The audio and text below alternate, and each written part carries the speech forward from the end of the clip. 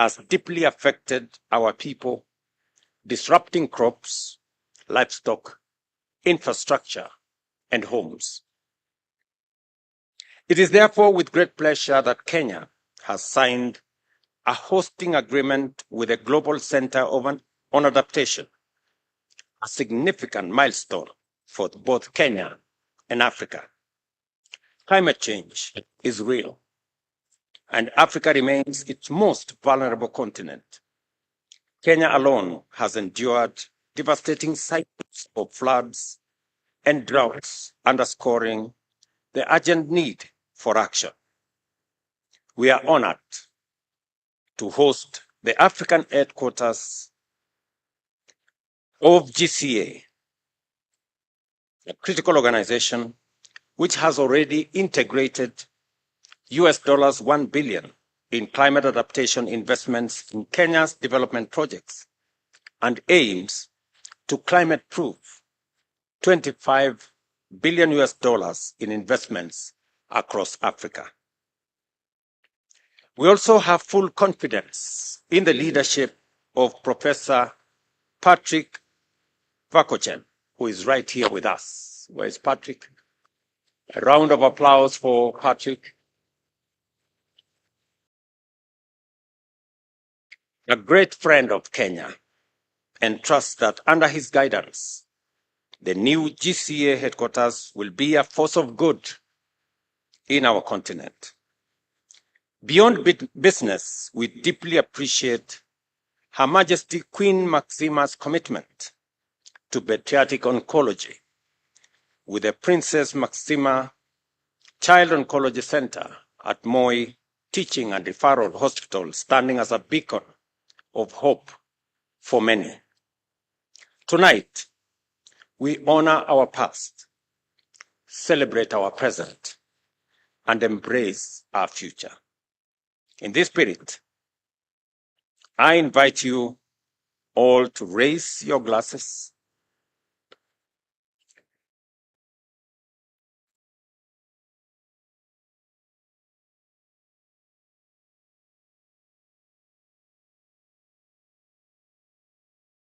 for a toast to the enduring friendship between Kenya and Netherlands, to the good health and well-being of His Majesty King William Alexander and Her Majesty Queen Maxima, and to the lasting partnerships and shared prosperity of our two peoples. Cheers.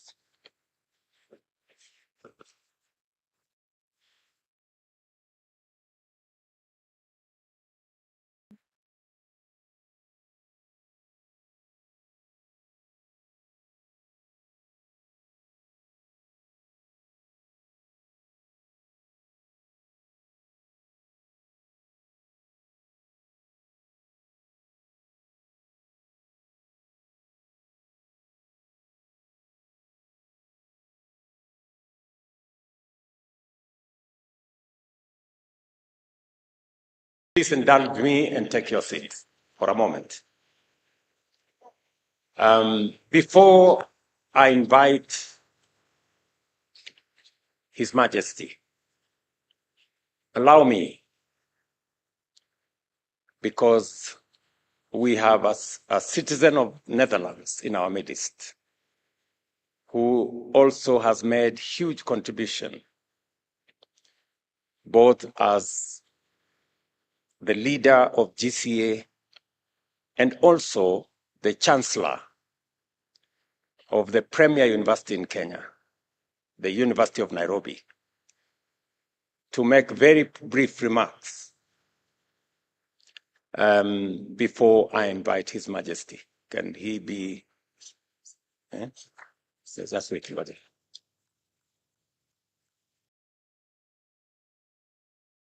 let the microphone. Okay.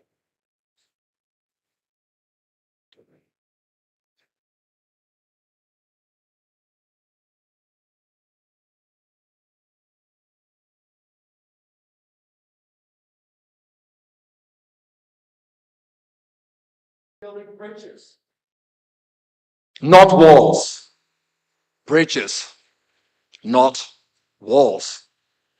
That, Your Majesties, King Willem Alexander, Queen Maxima, that, Your Excellency, President William Ruto, that, distinguished guest, that is, in the words of Kenya's founding president, Jomo Kenyatta. And that is precisely why we're all here today. Bridges, not walls. Madaraja, Sikuta. Or in Dutch, bruggen, geen muren. My name indeed is Patrick Verkooyen. I'm the president and CEO of the Global Center on Adaptation.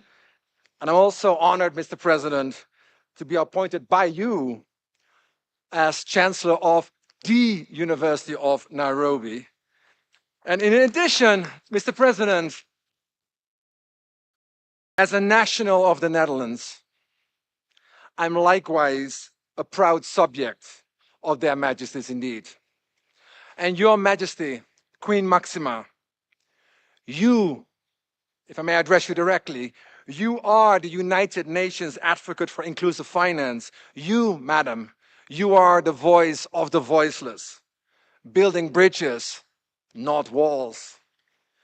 But Your Majesties, Mr. President, we know the world is heading in a very different direction right now. New world order. Trade wars escalating. Development finance slashed. Friends turned into foes overnight. And yet, we're all here.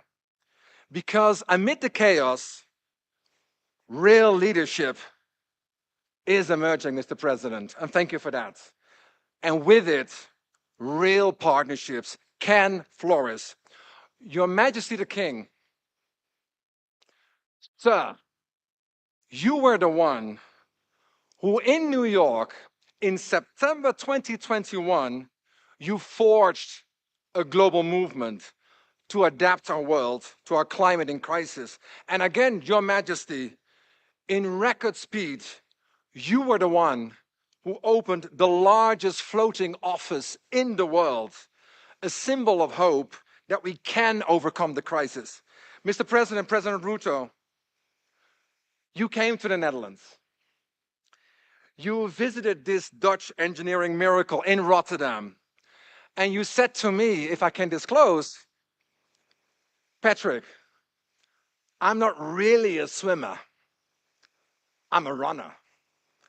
And as you said, Mr. President, we're running out of time. Because for Africa to be the resilient growth engine of the world, it has to be resilient to the climate shocks. And Mr. President, you showed all of us, not just here in Kenya, not just in Africa, but across the globe, what it means to run. Because in record time, you welcomed the Global Center on Adaptation here in Kenya. And that's very why that we're so proud of your hosting arrangement. And for their majesties, it's important to realize, and for the Minister of Foreign Affairs of the Netherlands and the Minister of Development Cooperation of the Netherlands, it's important to realize it is the first ever dual headquarter of any global organization. It's not just the Africa office, it's a partnership between Kenya and the Netherlands, celebrated by you, Mr. President. Thank you so much. Building bridges, not walls. Now, in closing, as a friend of Kenya and as the head of the university, your alma mater, Mr. President, I have learned a thing or two about collaboration. Think about it. Of the 1 million graduates of this nation each year, only 1 in 4 lands a formal job. But what about the others? Where will they go? Think about it. Some took to the streets, which we saw last year. Others make it as far as Europe. But if that trickle becomes a tsunami, no wall will be high enough to contain it. And because, as you said, Mr. President, we need to harness the demographic dividend, not fight it. And for that, here in Kenya, here in Africa, we need 3 things: jobs, jobs, jobs. And that's why you, Mr. President, you launched the Big 5 agenda for all universities here on this continent. In closing, the irony is, the sad thing is, many of the students here in Kenya, many of the students here at the University of Nairobi, they are already working highly skilled side jobs. And Madam Majesty, you know in what? Writing papers, not for themselves, not for their classmates, no, for Ivy League students in the United States to make a buck or two. Think about it. That's digital economy globalized and localized. And last November, in closing, Mr. President, you launched here, Silicon Savannah, right here in Nairobi, to turbocharge Africa's digital revolution. So for the business leaders from the Netherlands here tonight, I have one message for you. There is incredible untapped potential here in this great nation, in the digital economy, in high-tech, fintech, agri-tech, agribiz, much more, if only we build the bridges.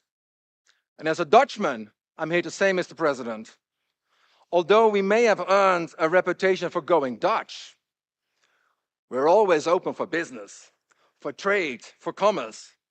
Both our nations, so much to gain through bridges, not walls. Madaraja, Sikuta, bruggen, geen muren. So your majesties, Mr. President, in a divided world, we play defense and we leave chips on the table. But in a united world, Mr. President, which you lead, we're all in, everything to win. In a divided world, fearing our neighbors, we build walls. But Mr. President, as you lead in a united world, joining forces, we build bridges. Mr. President, your majesties, bridges, not walls. And with that, Kenya, unstoppable. The Netherlands, unstoppable. Together, unstoppable. I thank you. Asante sana. Thank you very much indeed.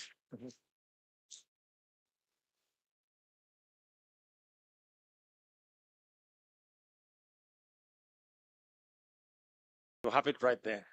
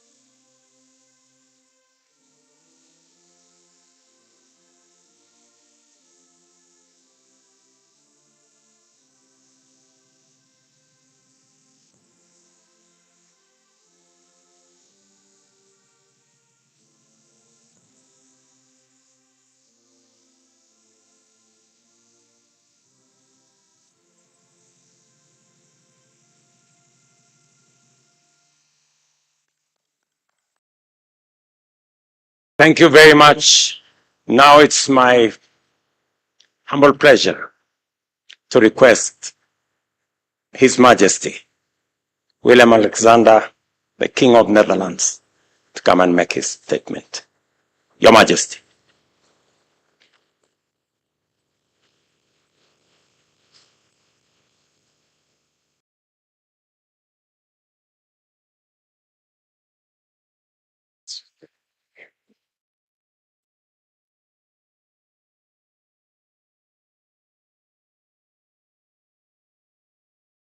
Mr. President, Mrs. Ruto, ladies and gentlemen. Mr. President, thank you for your kind words and for your warm welcome that the Queen and I have received here today. This is our second state visit to the African continent, and we're delighted to be visiting your country, the beautiful and dynamic Kenya. My love of Africa was passed down to me at a young age by my father, who spent 10 years of his childhood in then Tanganyika. I myself got to know this part of Africa, and Kenya in particular, in the 1980s and 90s. First as a pilot for AMREF Flying Doctors, and later as a pilot for Kenya Wildlife Service, where my work included protecting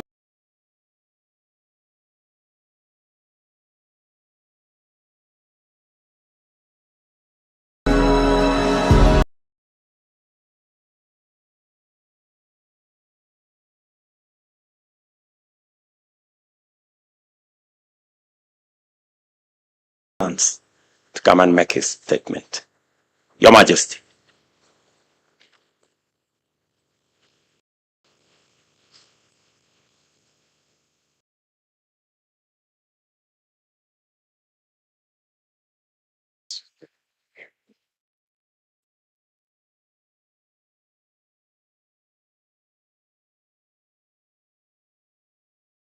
Mr. President, Mrs. Ruto, ladies and gentlemen. Mr. President, thank you for your kind words and for your warm welcome that the Queen and I have received here today. This is our second state visit to the African continent, and we're delighted to be visiting your country, the beautiful and dynamic Kenya. My love of Africa was passed down to me at a young age by my father, who spent 10 years of his childhood in then Tanganyika. I myself got to know this part of Africa, and Kenya in particular, in the 1980s and 90s.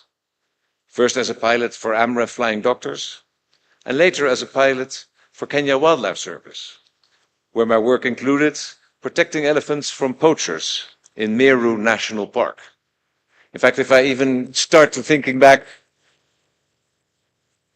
first of all, the only pilot's license I ever had was not a Dutch pilot's license, was a Kenyan license, and the number was Y2294PL.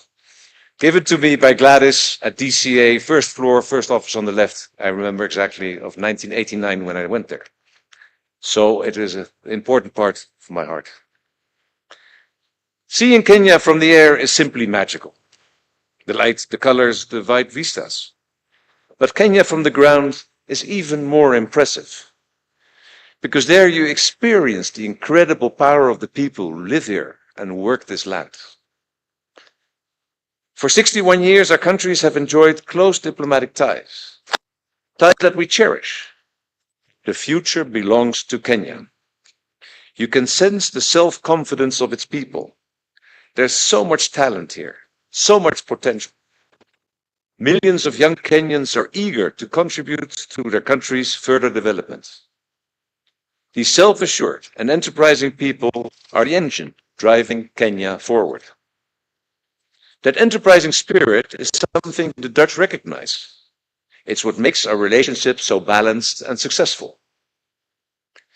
You can see this in practice in our economies, which are growing ever more connected. We are Kenya's third largest export market worldwide, bigger than all the other EU countries combined. And we're one of Kenya's top 5 investors, promoting trade, embracing innovation and pursuing opportunities. These are endeavors that unite us. And it's not only our economic goals that unite us. We are both committed to promoting security and stability in Africa and the wider world. Together, we're working to combat terrorist networks that seek to undermine our societies. We're joining forces in maritime operations to keep our shipping routes safe. And we're supporting the UN in its vital work supporting peace. You are home to no fewer than 34 UN agencies, an impressive figure indeed. Stability, peace, and mutual trust cannot be achieved without the rule of law, good governance, and respect for human rights. Freedom of expression and due process are laid down as key principles in your constitution and in ours. Safeguarding these principles and implementing them in practice is an ongoing task for us both. The democratic legal order is always work in progress. You are aware of our concerns regarding reports of abductions and impunity. As equal partners, we can discuss such issues candidly. We encourage all efforts aimed at ensuring accountability for human rights violations. Kenya has a treasure trove of human capital at its disposal. Young Kenyans want to be taken seriously, to work as free citizens on building the future of their country. Today, we spoke to a number of them and listened to their stories. One of Africa's unique strengths is the deeply rooted tradition of involving communities in decision-making. and seeking consensus. This wonderful country can grow even stronger by allowing scope for contributions from all its people, sitting down and talking until a consensus is reached. We're grateful for the opportunity to hear about the experiences of Kenyans from all walks of life. Every strong relationship is based on the ability to listen, and that too is why we are here. Much of what we're hearing strikes a chord with us because we're dealing with many of the same issues in the Netherlands. Take your concerns about the future of farming and horticulture in a time of climate change, and about robust, sustainable water management. In the past, I visited Kenya, often as chair of the UN Secretary General Advisory Board on Water and Sanitation. I saw for myself the impact of climate change on the lives not just of farmers, but of people in cities too. It's important that we continue working to combine Dutch and Kenyan expertise on water. And with that in mind, I'm pleased that a number of leading companies and institutions have traveled with us to Kenya. Clear evidence that we hope to deepen our cooperation across the board. In times of uncertainty, when large parts of the world are facing tensions and conflicts, dialogue and partnerships are essential. For over 60 years, Kenya and the Netherlands have shown how strong the ties between Africa and Europe and how successful our cooperation has been. As members of bodies like the UN Human Rights Council, we meet each other in the global arena. But you don't experience the magic of Kenya at conferences, however important they may be. You experience it here. The aromas, the colors, the stunning natural beauty, the vibrant city life, and above all, the incredible life force and energy with which the Kenyan people are steering this country into the future. May I ask you all to join me in raising your glass. Mr. President, Mrs. Ruto, to your good health and to the friendship between Kenya and the Netherlands. Cheers.